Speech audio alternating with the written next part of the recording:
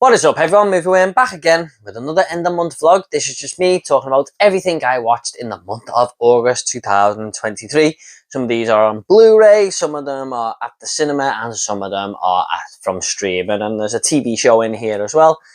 Now, some of you guys may know that I've got a newborn in the house. He's 1 month old, and I've also got a 1-year-old who's nearly 2 now. So it's not as easy to watch stuff right at this moment in time. So there isn't as much as usual here, but I think there's still 17 things to talk about here, but there's usually over 20 odd. So I do apologise for that, but hopefully that will pick up. But sometimes, man, after an exhausting day, you're just like sitting down at 9 o'clock or something when they're both asleep, and you're like, yeah, I'm going to watch 10 minutes of a movie and fall asleep. So you've got to pick your moments at the minute. But still quite a bit to talk about, like I said. Now, if you want to watch any more of these end of month vlogs, I'll leave them in the link down below. But let's just get into it now with the first thing that I watched in August. First up, we have a Blu-ray, and my friend Tom180, sent me a deal on this because it was going really cheap on Amazon for like £2 or something. So I grabbed it, and that is When Harry Met Sally, a first time watch for me. And right out the bat here, this is going to be my older release of the month. So every month I do an older release of the month and a newer release of the month. And sorry, it's a bit early on, but this is one of the best rom-coms I've ever seen. It's about Billy Crystal's character and Meg Ryan's character, who have to go on a road trip because they're going to university at the same city, I believe. They share a car ride, and they exchange dialogue and stuff and sort of get on, but they don't really know if they're right for each other or whatever. And then about 10 years later, they bump into each other again and become best friends. And they are both single throughout this movie, or they have up and down relationships, and you kind of just want them to get together because I don't think they realise how perfect they are for each other. And they're just two very, very likeable characters that you certainly root for. And you know, I really wanted a good outcome for them in the end. You really do latch on to the pair of them, but never mind the romance side of things. This is absolutely hilarious as well. It gets the balance between romance and comedy really well balanced, and you know, both of them complement each other there. So most of these rom-coms mostly focus on the romance with 1 or 2 laughs thrown in, but no, this was actually a hilarious movie. So yeah, one of the best rom-coms I've ever seen. Tom, thank you for putting me on this deal. I'm so happy to own it in the collection. I had a great time with When Harry Met Sally, a very clever comedy film. Next up, we have one of my biggest surprises of the year, and that is Teenage Mutant Ninja Turtles Mutant Mayhem. I wasn't expecting much from this. I was unsure on the animation going by the teaser trailers and stuff, and I thought it looked very childish. But I had such a good time with this movie. I think it might be in my top 5 of the year so far, and the animation was the absolute best thing about it.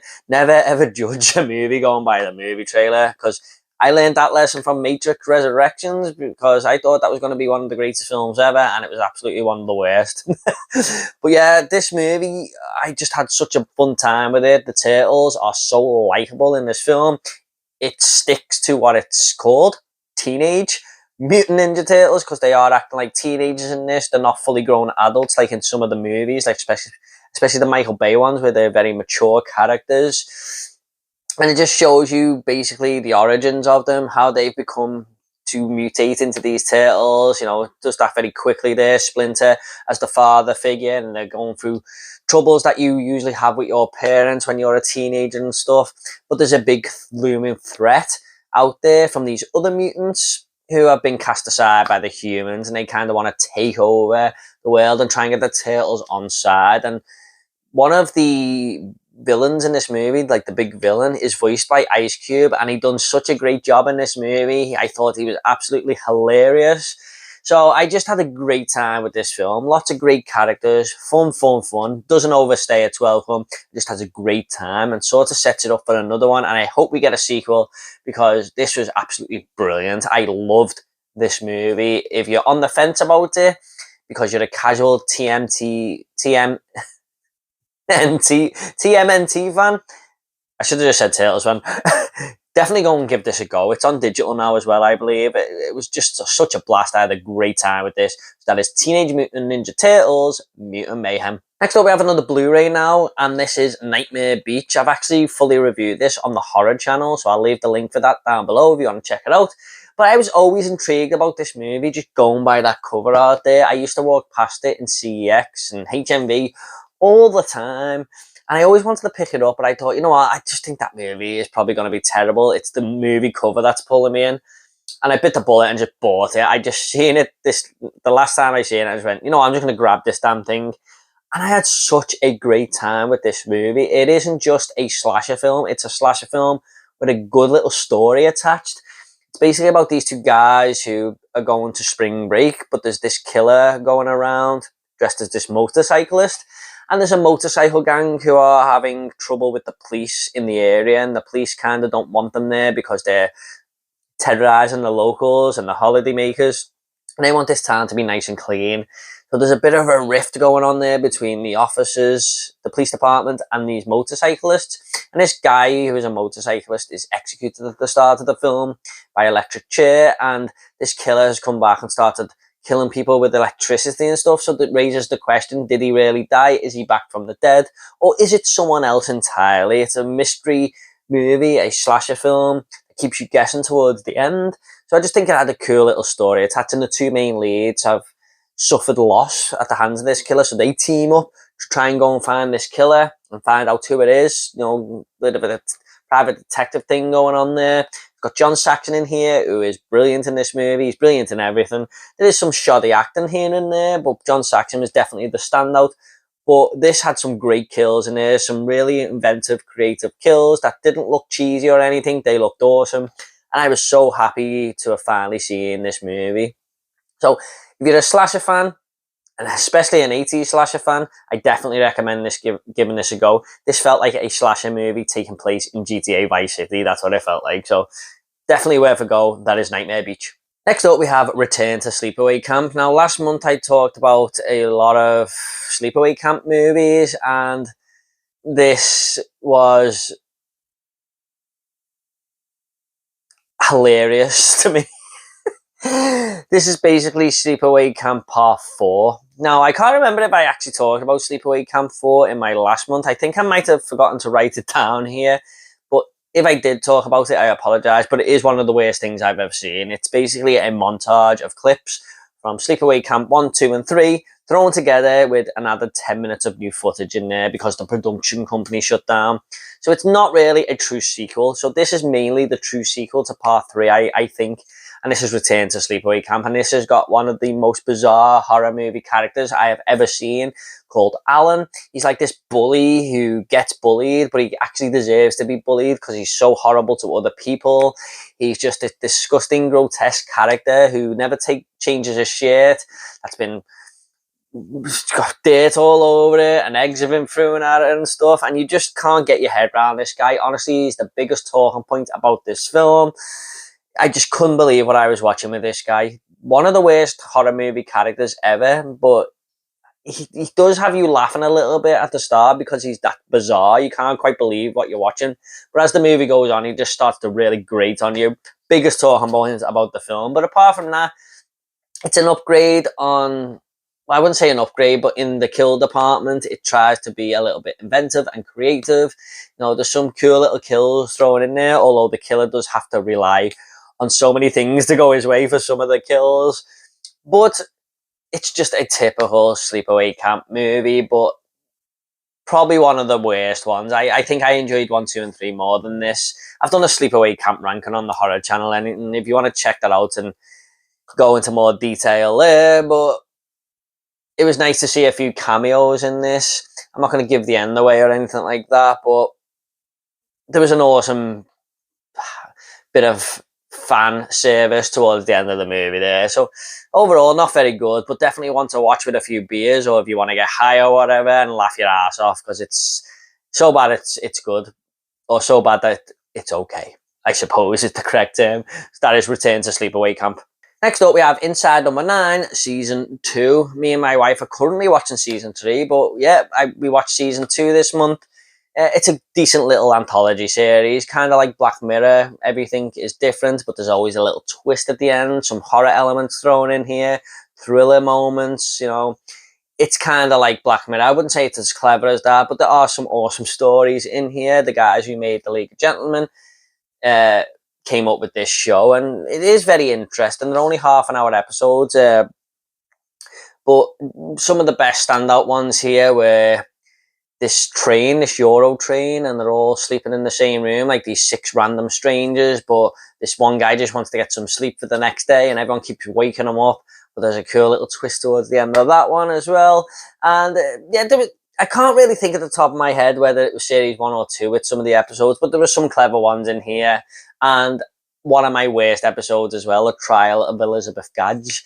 That was a bit of a letdown episode, but overall, a solid season for Inside Number 9. Definitely worth checking out if you're on the fence with it. I'm having a lot of fun with this show. So that is Inside Number 9, Season 2. Next up, I watched the James Wan movie that I have never seen, and that is Dead Silence, his follow-up movie to Saw, even though it's unrelated. It's not a sequel to Saw, it's just an unrelated follow-up. So his next movie, let's just call it that. And this basically is about a ventriloquist dummy that gets delivered to this guy's apartment, and he goes to the shops to pick something up, and he comes back and his girlfriend has been killed, and he wants to get to the bottom of what's happened to this ventriloquist dummy, who sent it to him, where it came from, and it all unfolds into like a detective mystery movie before he's about to be arrested. He wants to, because the police suspect him in the killing. They can't quite nail him down with the evidence, so he's to race against time to prove his innocence and find out what happened to his girlfriend. And I had a really awesome opening scene, this one. However, I wasn't a massive fan of it. I thought it felt very dated, and I was just losing interest in the story. The more it went on, the more it became more paranormal, if you like. I was like, I'm not really feeling this no more. And they even used CGI on the dummy towards the end, which I totally took me out of the film. It's okay, but it's definitely James Wan's weakest movie, in my opinion. So I don't really recommend this one, but if you're a horror fan, you might get something out of it. I didn't really love it though, and it's unfortunate because I love James Wan. That is Dead Silence. Next up, I watched a movie called Bull. A lot of people had told me about this one, and I think Second Sight brought a big edition out of it last year, which I'm planning on picking up. Maybe not the limited edition, but maybe just the Amaray will do. But this came to Netflix, and I thought, you know what, I'm going to give this a go. This British crime revenge movie starring Neil Maskell, who you'll remember from The Football Factory. He's Danny Dyer's best friend in that film. And I did not know he had this performance in him. Man, he was terrifying in this movie. He was so scary. I was just on edge throughout the entire film, especially when he was on screen. What an actor this guy is. I want to see more of him now.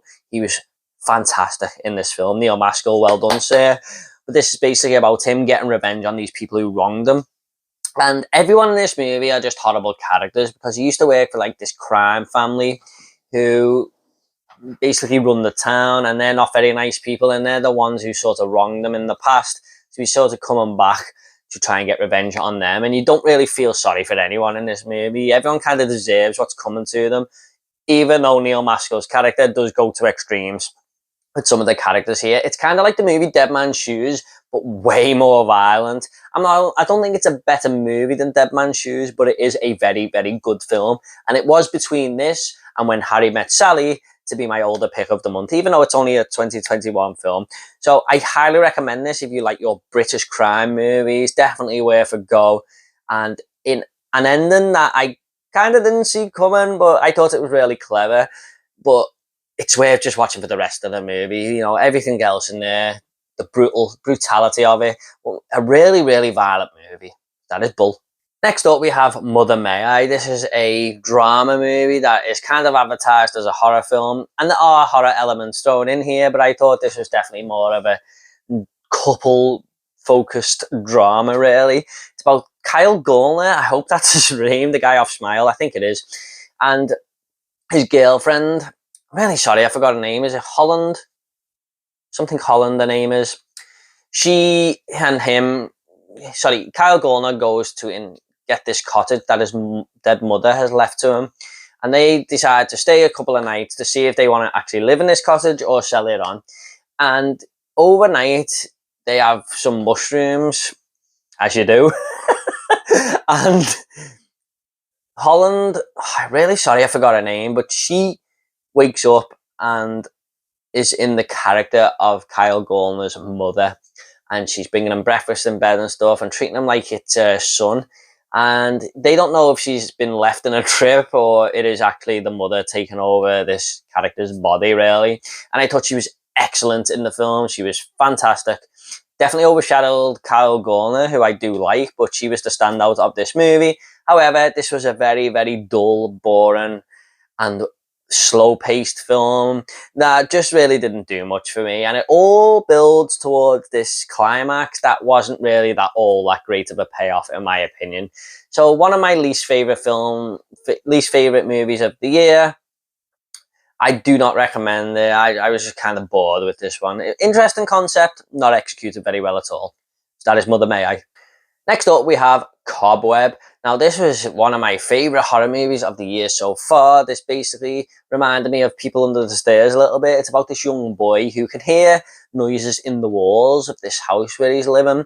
And he asks his mother and father what's going on. Is there anyone behind the walls? And they just kind of dismiss it and say, oh, it's just your imagination and stuff. And then he's kind of realised that there's some backstory to the mother and father here. What's gone on in this house in the past? And this movie was done really well to unravel its story to you. And I just kept guessing what was happening, and it kind of throws you off left, right, and centre there. It's really, really interesting movie. You know, the climax is a little bit over the top, but it still kind of worked for me in a way. But the first hour, that whole build-up and stuff, you are really just scratching your head. And then I was kind of guessing, and it was throwing me off. And then I just stopped guessing and thought, you know what, I'm just going to relax. Let this tell me its story. A really great performance from the young boy Peter in this. I forgot the guy's name, I'm really sorry, but he was a great child actor. And the parents in this movie, Anthony Starr is one of them, and the other one is the gothic girl off Mean Girls.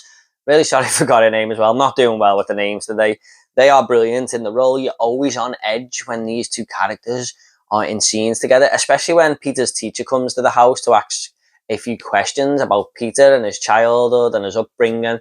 You're just so on edge with these two characters, man. It's it's really tense stuff. So yeah, I really enjoyed this one. One of my favourite horror movies of the year. Something fresh and unique, I felt, even though it did remind me of People Under the Stairs a little bit. So that is Cobweb. Next up, we have Rampage. This was a 4K I picked up for a while ago, but I'd wanted it for so long for some reason, and I just finally got round to it. And it's your typical Dwayne Johnson movie, really. It's based on a video game called Rampage World Tour, which I used to play as a kid on the PlayStation. It was first an arcade game, but they did bring it to PlayStation. I still enjoy stomping the city as these big characters. But yeah, it's basically just this monkey that is a gorilla that Dwayne Johnson looks after, and it gets exposed to this chemical. And so does this wolf and this other, I think it's, was it a turtle or a lizard or something? I can't quite remember, whatever this thing is. And they grow and start destroying the city and stuff like that. It's fine. I had a good time with it. It's nothing special. I gave it 3-star on Letterboxd. Dwayne Johnson is really one of them actors. The more I watch him, the more he really just doesn't do much for me. He's just too vanilla in the performances he puts in. He's just the same character all the time, really. I like him in Fast and Furious, though. He's kind of cool in them. But yeah, these type of family-friendly movies, or 12A movies, he just does the same character all the time, I think. But it wasn't bad. I enjoyed it. The wolf looked awesome.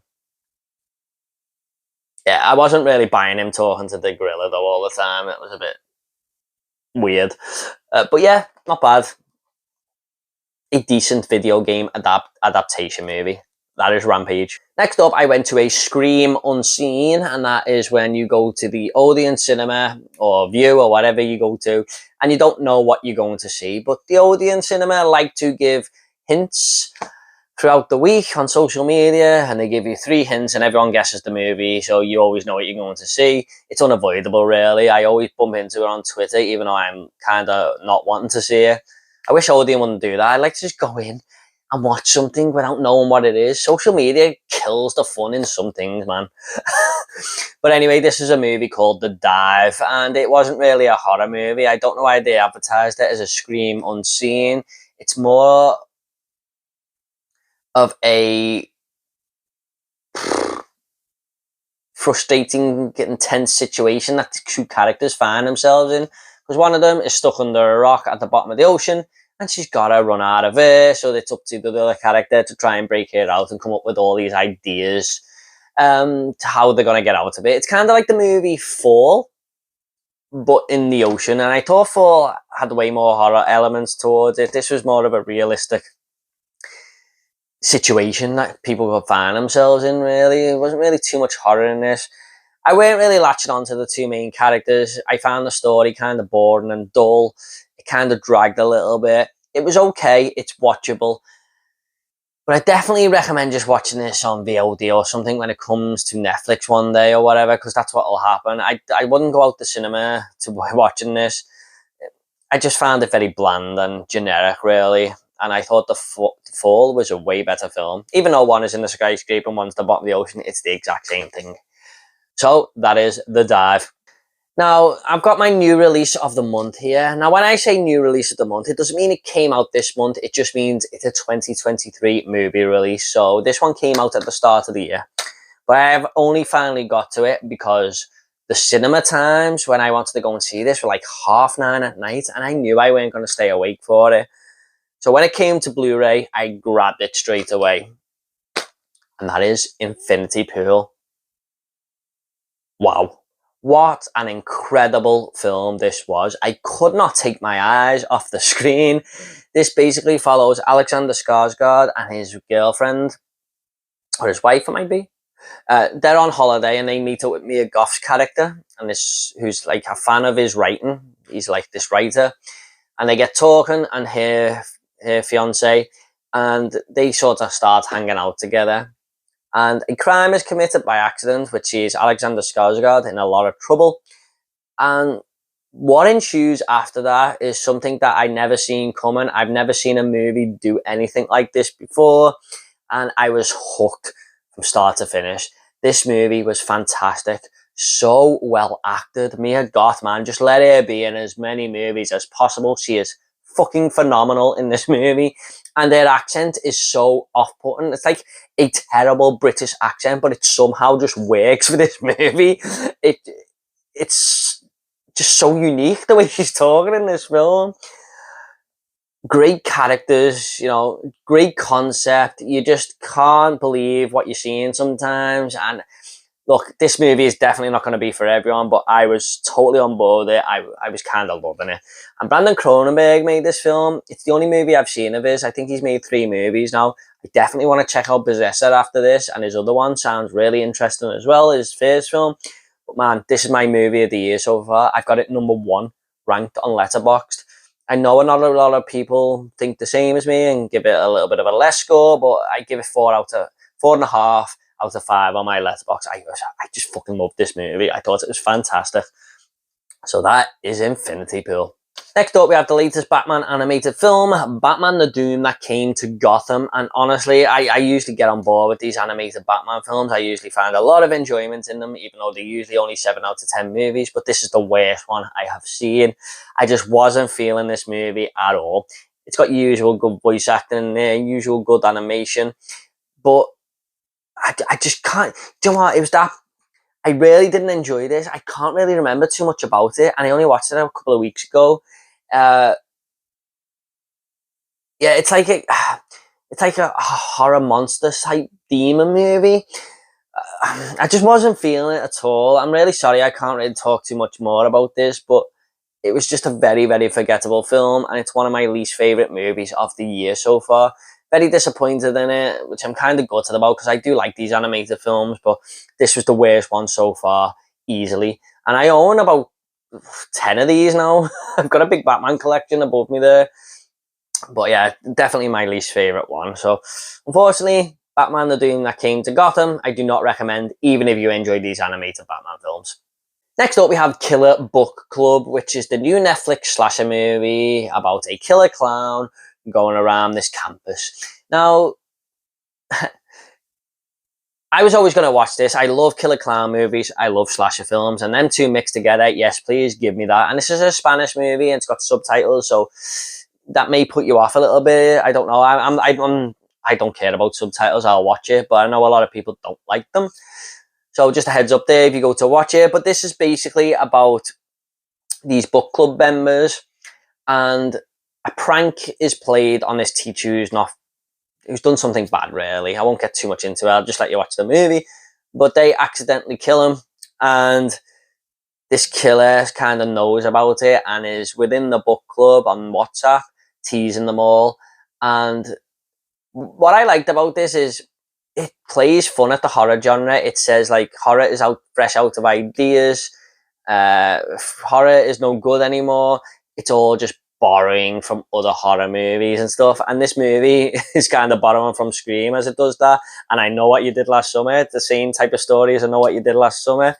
But then it does actually do something fresh and unique by having this killer killing people, but writing a chapter out in the WhatsApp group. So he's writing the book as he kills each individual. So I thought that was a cool little take. I thought they were very brave to say that horror is fresh out of ideas and then do something new.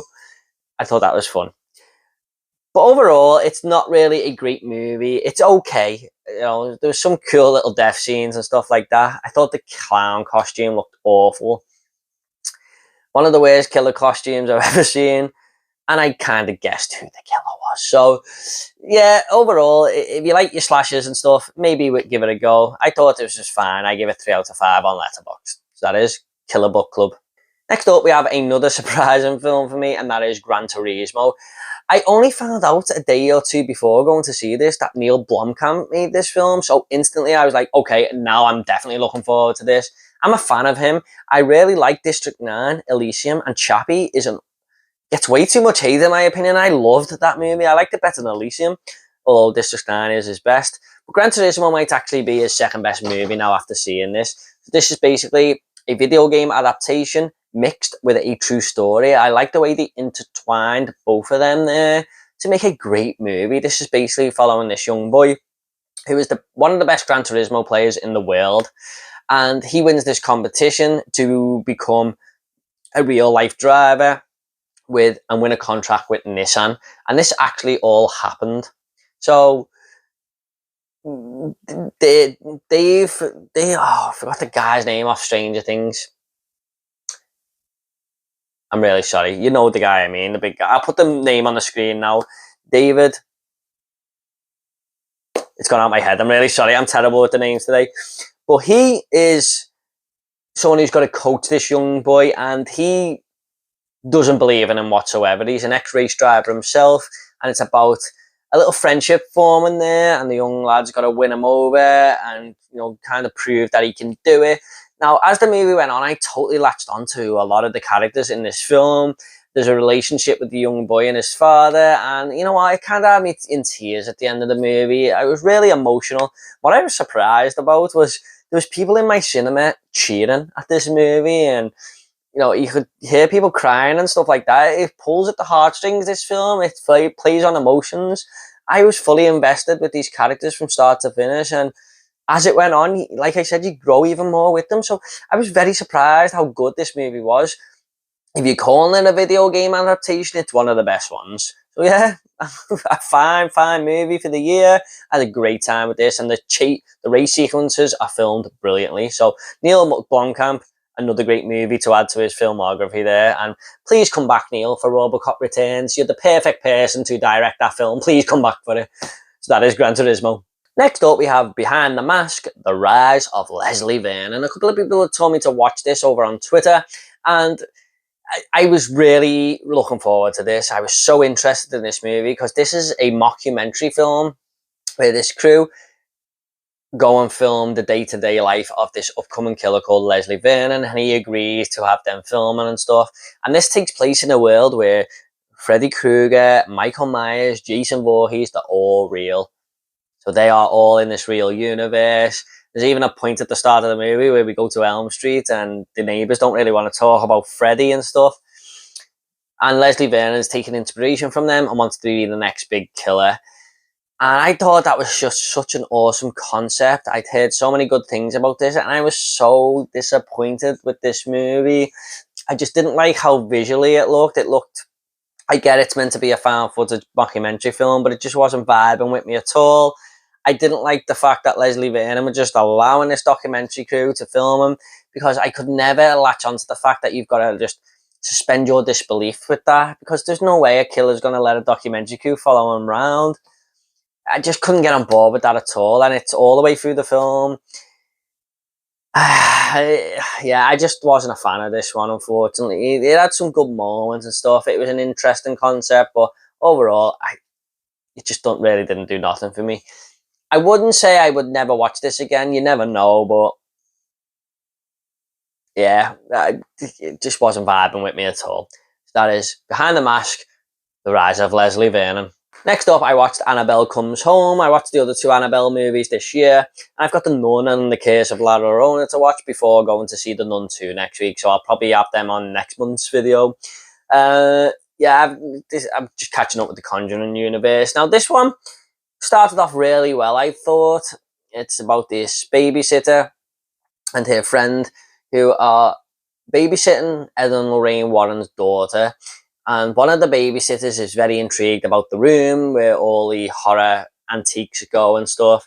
And obviously one of them gets too nosy, goes in and frees Annabelle from the glass door, and that releases all these demons and spirits around the house.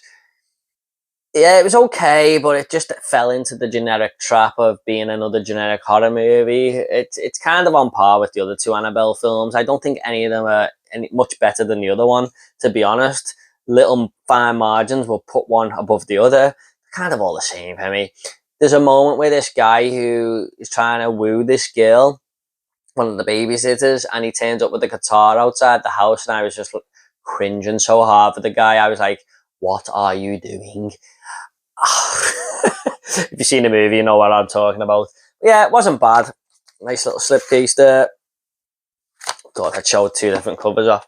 But yeah, it wasn't bad. Just a horror movie I've seen a million times. So that is Annabelle Comes Home. Next up, I watched the fan-made Freddy Krueger movie, Dylan's New Nightmare. Now, I've done a full review for this on the horror channel if you want to check that out as well.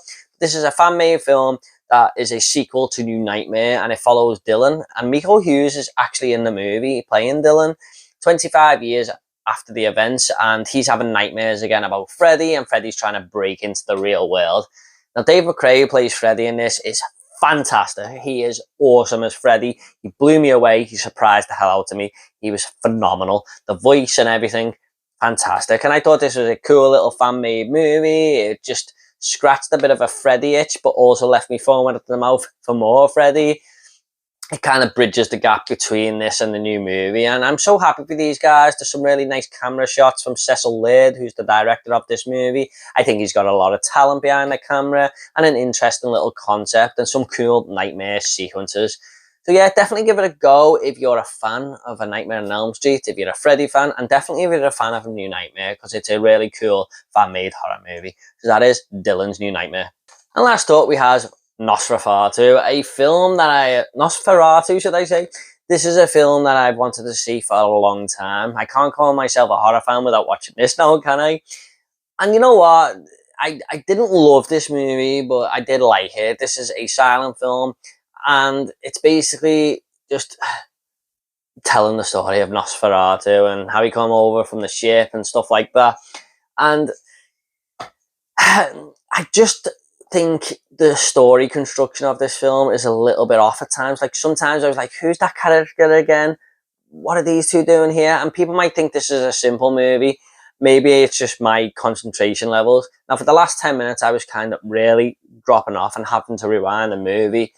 Like I said at the start of the video, it's hard to watch films these days, so maybe that played a part. But I'm definitely going to rewatch this when the Robert Eggers movie comes out, and probably review it on the horror channel. But I'm glad to have finally seen it now. I think this will improve on rewatch, but I didn't mind it. I enjoyed it. Some cool makeup design for the time and stuff like that. I loved it when he got up out the coffin, one of the most famous horror movie scenes. But I think it's Max Schrecker who plays him. He looked really good in the part. Just glad to have finally seen it now, and I will give it a rewatch before the Eggers film. So that is Nosferatu.